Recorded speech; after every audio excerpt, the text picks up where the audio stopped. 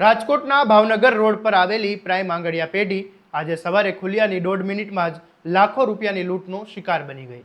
ગ્રાહક બનીને આવેલા બે વ્યક્તિઓએ પેઢીમાં પ્રવેશ મેળવ્યો, સંચાલક પર હથિયારના જોરે હુમલો કર્યો અને અંદાજે 18 લાખ રૂપિયાથી વધુની રોકડ રકમ લઈને ફરાર થઈ ગયા। સમગ્ર ઘટના સીસીટીવી કેમેરામાં કેદ થતાં પોલીસે આરોપીઓને ઝડપી પાડવા માટે તપાસનો ધમધમાટ શરૂ કર્યો છે। શું છે સમગ્ર મામલો, આવો વિગતે વાત કરીએ આ અહેવાલમાં।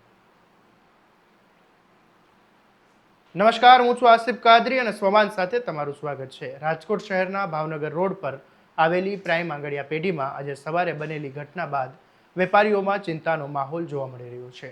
પ્રાથમિક તપાસ મુજબ મોટરસાઇકલ પર આવેલા બે વ્યક્તિઓ ગ્રાહક બનીને આંગણીયું કરાવવાના બહાને આંગડિયા પેઢીમાં પ્રવેશ્યા। શરૂઆતમાં તેમની હિલચાલ પરથી કોઈને શંકા પણ નહોતી। પેઢી ખુલ્યાની માત્ર 1.5 મિનિટમાં જ આ ઘટના બની હતી। ત્યાં બંને શખ્સોએ અચાનક હથિયાર બહાર કાઢ્યા અને પેઢીના સંચાલક અલ્પેશ દવે પર હુમલો કર્યો। સંચાલક સાથે મારઝૂડ કરી અને અંદાજે 18 લાખ રૂપિયાથી વધુની રકમ ભરેલો થેલો મેળવી અને પળવારમાં ત્યાંથી ફરાર થઈ ગયા। સમગ્ર ઘટના પેઢીમાં લાગેલા સીસીટીવી કેમેરામાં કેદ થઈ હતી અને ફૂટેજમાં બંને આરોપીઓના ખુલ્લા ચહેરા પેઢીમાં પ્રવેશતા અને અંદર થોડો સમય વાતચીત કરતા જોવા મળ્યા હતા। ત્યારબાદ લૂંટને અંજામ આપીને આ આરોપીઓ ભાગ્યા હોવાનું પોલીસે જણાવ્યું છે। આ ઘટનાની જાણ થતાં જ B division police, local crime branch, DCB સહિતની વિવિધ ટીમો તાત્કાલિક ઘટના સ્થળ પર પહોંચી ગઈ હતી અને DCP crime Jagdish Bangarwa, DCP zone 1 Hetal Patel સહિતના ઉચ્ચ અધિકારીઓએ પણ સ્થળ પર પહોંચીને તપાસની કમાન સંભાળી હતી।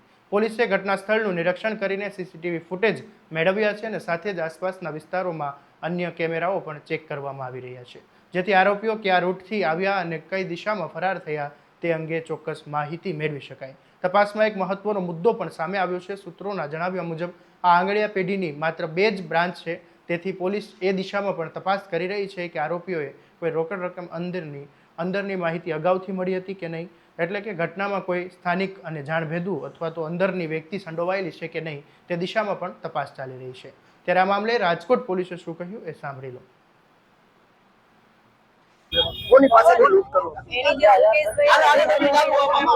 કર્મચારી છે બેન, સીસીટીવી ના આધારે તપાસ કરી છે। હા, અત્યારે નાકાબંધી આપેલી છે અને સીસીટીવી ના તપાસના આધારે ચાલુ છે અને જે બે જણે લૂંટ કરી છે એમના ચહેરા આ કર્મચારીએ જોયેલા છે, તો એના આધારે તે તપાસ અંદર આવીને બાઇક લઈને આવ્યા હતા કે અંદર અંદર આવીને આવીને? હા, ટુ વ્હીલર 10 થી 20 એટલે બંનેના હાથમાં હથિયાર હતા? અત્યારે તો જે કર્મચારી જણાવે છે પ્રમાણે એક જણ એમને હત્યા બતાવી, બરોબર। ત્યારે એમને પ્રતિકાર કર્યો એ લૂંટીને ના જાય એના માટે। તો બેન, શોધખોળ શરૂ કરવામાં આવી છે, બંનેની ટીમ બનાવવામાં આવી છે। હાલમાં અત્યારે ક્રાઇમ બ્રાન્ચ જે છે, એલસીબી જે ઝોન 1 છે અને સ્થાનિક પોલીસ છે, એ બધા ટીમો બનાવી અને કામ કરી રહ્યા છે। આપણું પોતાનું જે રાજકોટ સિટી અને આજુબાજુના જિલ્લાને પણ એલર્ટ કરેલા છે। રાજકોટના ભાવનગર રોડનો સામાકાંઠા વિસ્તાર રાજકોટના ઇમિટેશન ઉદ્યોગનું મહત્વનું કેન્દ્ર માનવામાં આવે છે। અહીં આવેલી આંગડિયા પેઢીઓ મારફતે દરરોજ કરોડો રૂપિયાની રોકડ રકમ અને કિંમતી પાર્સલોની હેરફેર થતી હોય છે। આવી સ્થિતિમાં દિવસની શરૂઆતમાં જ બનેલી આ લૂંટની ઘટનાએ વેપારીઓમાં સુરક્ષાને લઈને ગંભીર ચિંતા ઊભી કરી છે। ઘટનાની જાણ થતાં સ્થાનિક ધારાસભ્ય ઉદય કાનગડ પણ ઘટના સ્થળ પર પહોંચ્યા હતા અને પોલીસના અધિકારીઓ પાસેથી સમગ્ર ઘટનાની માહિતી મેળવી હતી। હવે સૌથી મોટો સવાલ એ છે કે ખુલ્લા ચહેરે સીસીટીવીમાં કેદ થયેલા આ બંને લૂંટારાઓ સુધી પહોંચવા પોલીસ કેટલી ઝડપી કામગીરી કરે છે અને આ લૂંટ પાછળ માત્ર 2 લોકો હતા કે પછી કોઈ એક મોટી ગેંગ કામ કરી રહી હતી, તેનો જવાબ હવે પોલીસની તપાસ બાદ જ સામે આવશે।